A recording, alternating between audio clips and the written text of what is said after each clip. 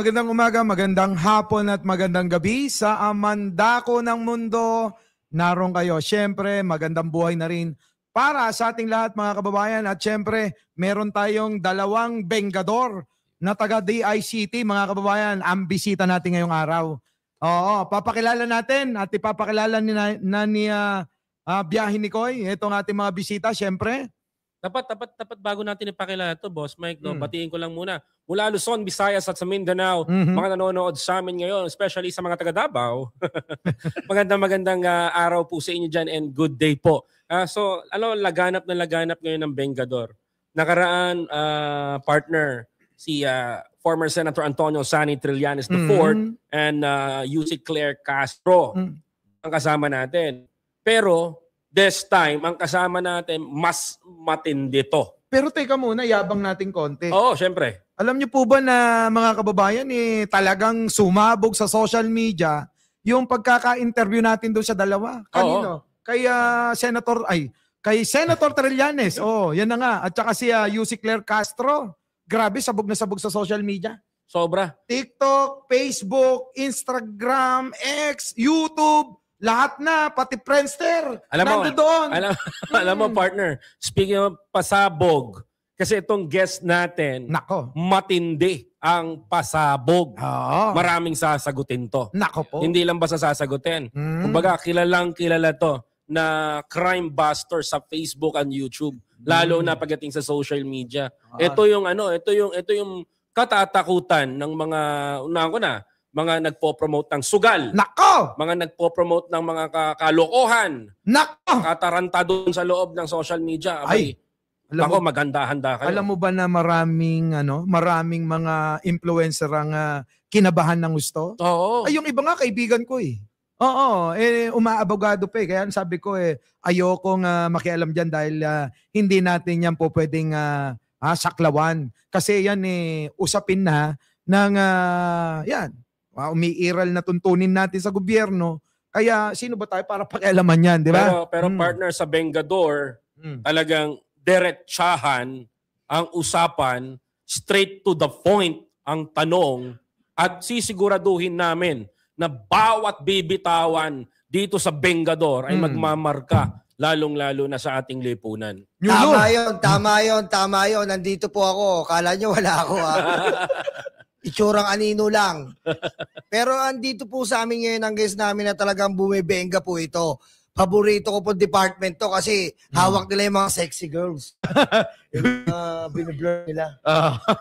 Paboritong department ko to kasi sila yung una nakakita sa mga sexy ladies. Ipakilala na natin. Pero ito na ang malupit. Sila ang nakaka-identify ng mga sa mga social media, mga peking balita. Malaki po ang naitutulong netong departamento na to. Hindi nga lang po naiaangat dahil medyo nakatago sila dahil through social media ngayon, sila na po ngayon ang dapat natin iangat at kilalanin upang labanan ng mga fake news.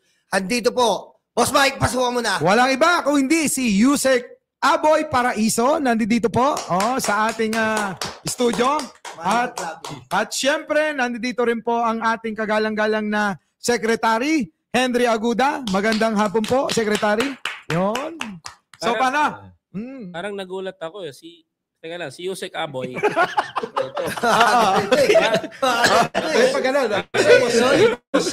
Tapos si Secretary Henry Aguda. Parang sinabihan tayo, kayo na mga pogi. Kayo yung dating. Mga aboy lang po. Pero alam mo, ito yung departamento na parang bawal ang pangit tsaka bawal ang pangit na babae, bawal din ang pangit na lalaki. Kaya nga Kasi yung mga kasama nila, puro magaganda. Oo, may mga hugis talaga. Oo. At saka yung ating mga bisita, parang hindi nalalayo sa mga kasama ring mga lalaki.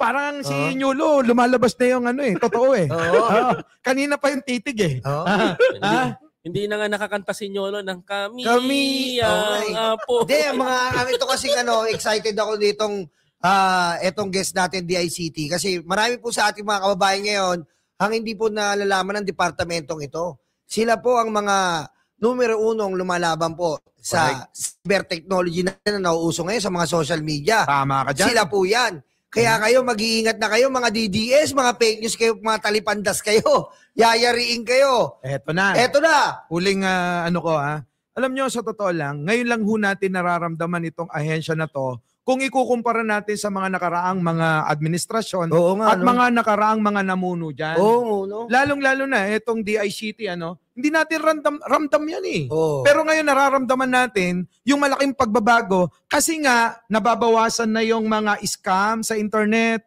sa Facebook, sa mga text at marami pang iba. Ganon din sa pakikipagtulungan ng pamumuno ng CICC. Abay grabe. Talagang yung mga dating mga todo-todo kung mag-promote ng mga illegal na sugal, Tama. tumahimik sila. Mike. Oh, di ba? Mike, alam mo, Mike. Alam mo, Mike, nung panahon ko na ako nakaupo, hindi ko bigyan talaga importansya yan. Kasi yung mga patakbo ko na pogo, harangin man nila yung mga advertisement. So, eto na. Sige, tanungin na natin. Secretary. Opo, Yes, okay lang po yes. ba kayo dyan? Eto na ho, yung oras po ninyo para sagutin yung mga prangka naming mga tanong. Oo. Oo, sana'y kayanin po ninyo ha. Kasi kita nyo naman yung aming bengador.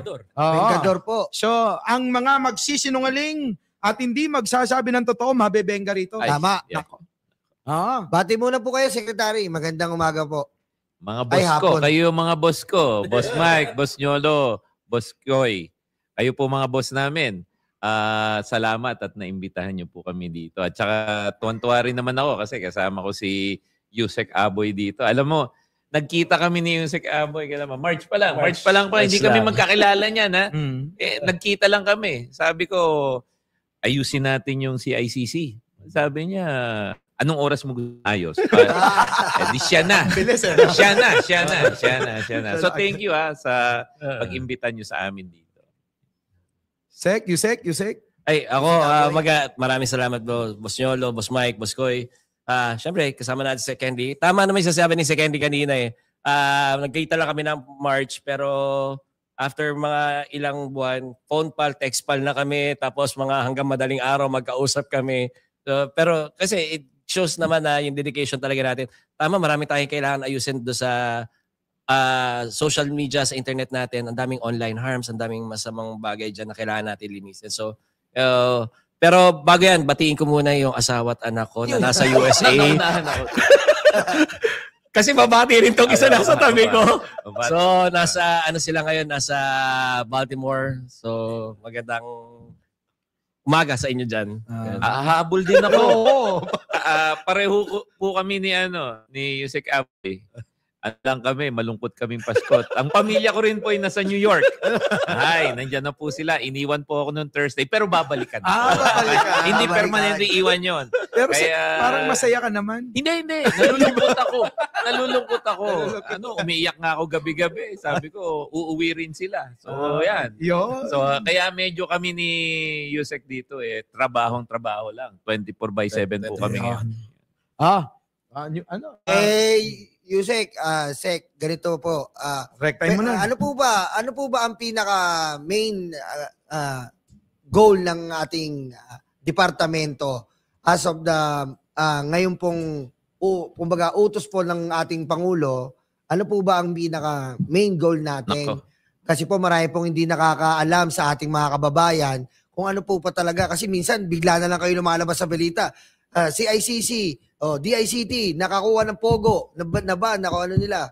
Ano po ba ang paki-explain po sa mga kababayan? DICT muna, no? Opo. Yung relasyon namin with CICC, magkakasama kami. CICC, NTC, NPC, DICT. Magkakasama po kami sa ExCom ng DICT. Opo. Yung DICT as an umbrella organization, ang ano sa amin ng presidente, i-secure mo yung Digital Philippines.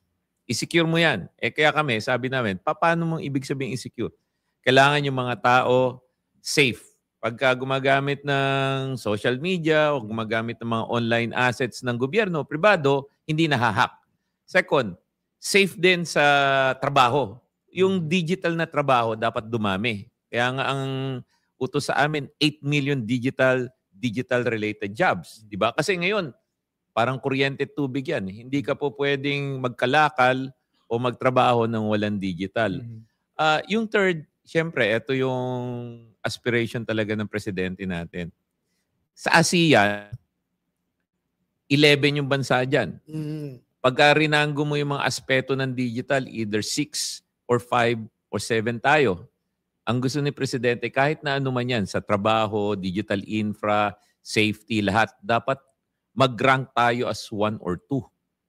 Ngayon, sabi nga ng mga ibang tao, masyado kang ambisyoso, Sek. Yan ang utos sa akin eh. Pag sinabi ng Pangulo, yan ang gagawin mo. Yan ang gagawin mo.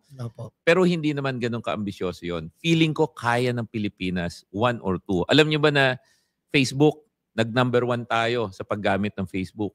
ChatGPT, pang number 6 na tayo, buong mundo.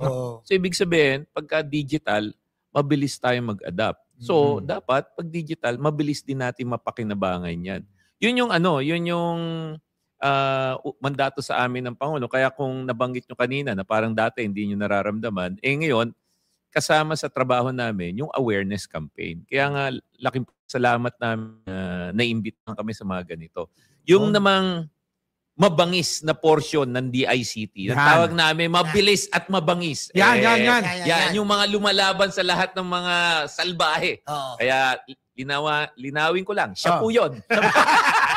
Nasa bandang kanan niyo po. So ipapasa ko po kay Yusek para explain niya gaano kami kabangis. Yan. So ang trabaho naman ng CICC right now sa pangunguna, kasi tama ho yung sinasabi ni Secretary kanina na utos ng Pangulo, sinusunod ng departamento ng DICT yan. Tapos kinakaskade sa aming sa mga attached agencies. And one of the attached agencies ng DICT yung CICC. Dati baka siguro hindi natin nararamdaman yung CICC. Marami naman magandang programa yan. Kaso parang siya, masyado siyang kalat doon sa pag-implement nung pag-upo ni Secretary, dinilinate na, sabi niya, ito CICC, ito yung trabaho mo, linisin mo yung online harms. Ikaw cybersecurity, ikaw bahala doon sa cybersecurity. So naging focus ngayon ng CICC sa paglinis ng internet natin sa online harms. So all forms of online harms, andyan ang nabanggit nyo na illegal gambling, promotion of illegal gambling, andyan yung pagsugpo sa exercise, yung mga child pornography, child trafficking. Andyan din yung mga, lumalapit din yung iba't ibang organization natin, private organizations, para naman doon sa mga online lending institutions, yung mga pautang at kumaningil, wagas, di ba? Yan. So andyan. At pasalamat po kami, nung pagdating ni Secretary, dinala niya rin yung private sector sa amin para doon sa partnerships. Kasi I think that's one of the biggest strengths of yung DICT, CICC, NPC, NTC is the collaboration with the private sector. Hindi siguro hindi naman na-undermine, hindi lang nabigyan ng importansya. Ngayon, talagang yan yung focus natin. Kasi aminin natin, hindi naman lahat na ibibigay sa atin when it comes to budget. Kailangan natin yung tulong ng mga kaibigan natin sa private sector. So, sila mismo ang lumalapit sa CICC o magdo-donate kami ng tools, magdo-donate kami ng tao, magdo-donate kami ng training. Kaya siguro ngayon ramdam ng mga tao ang DICT at CICC. Pati yung NTC at NPC. Sec, Sec at saka Yusek, no? Napansin ko kasi to. Ako kasi ilan ng telepono ko? 3 eh. Yung isa para doon sa... Parang hindi naman. Parang 4, 5. Ngayon isa lang kasi nakikita ko eh. Pero 3 talaga to. Yung isa, yung smart, yung isa doon sa dito, itong Globe. Yan, sponsor natin yan bukas. Sponsor namin yan bukas. Ngayon po, yung 3 na yan na ginagamit ko na line sa iba't ibang kumpanya, madalas po yan nakakatanggap dati ng mga Scam. Hindi mga text mga na text. nanalo ko. Nanalo ka. Minsan siguro kapag bago ka lang na gumagamit ng telepono, maniniwala ka. Pero siyempre, hindi tayo naniniwala dyan. Marami pong ganyan, halos araw-araw nung panahon pong wala po kayo. Kaya nung dumating po kayo, doon po ako, mas epektibo po secretary. Kasi nawala ako eh. Paano nyo po ginawa yun? Paano po ba yun? So ganito, hindi lang kami yan. Papasalamat din po tayo sa mga telco. Pasalamat tayo doon sa sponsor nyo, si Globe. At saka yung dalawa, si Smart at si Dito. Kasi yung may nakakakuha kayong text, dapat hindi nangyayari yon. Dapat, meron tayong SIM registration law. Mm. Gumagana na po yun. Ay, kung meron po sa inyong manloloko, padala nyo sa amin yung numero at saka yung bang screen cap nung nung text sa 1326 at dict.gov.ph. Yung 1326 po, hotline po ng CICC yan. Ako, yan. Pumayag naman si CICC na gawin na rin nating hotline sa lahat ng mga problema ng DICT. Pag pinadala nyo dyan, may AI na pong naghahanap niyan within 24 hours. Yari yan. Isa pang ginawa ng mga telco, hindi madali sa kanila. Yung narinig nyo na IMSI catcher o kaya yung stinger na pag nagpunta ka sa cashier, magugulat ka, biglang may magte-text sa'yo. Pero yung text galing sa scammer. Kasi yung 2G at saka 3G na signal, compromised na yon. Pagka yung telepono nyo, halimbawa 5G yan, pag nakuha yan ng IMSI catcher, makikita mo nag 3G o 2G yan. Huwag nyo nang gamitin. Hindi alam ng publiko yan. Nako. Pero ngayon, sinasabi na namin, pag bumaba yung signal nyo ng 3G, 2G, huwag nyo nang gamitin at may scam kayo. Yung mga telco, pumayag. End of the year, wala na silang 3G, wala nang 2G. Yung sponsor nyo po na Globe, wala na silang 3G.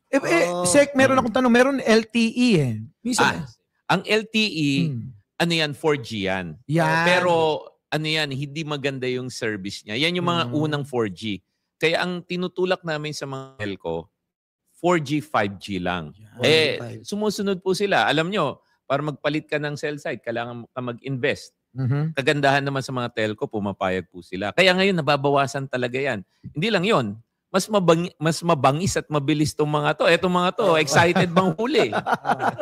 Oo eh. Kasi Sek, yung mga ganyan, minsan hindi po alam ng ating maraming kababayan na dapat talaga lagi natin sigurong talakayin para maging aware po yung mga kababayan natin na hindi na po, mabawasan man lang yung mga nalulokot na bibiktima netong mga mapagsamantala. Pegador, wala kang kawala. Pegador, kayo ay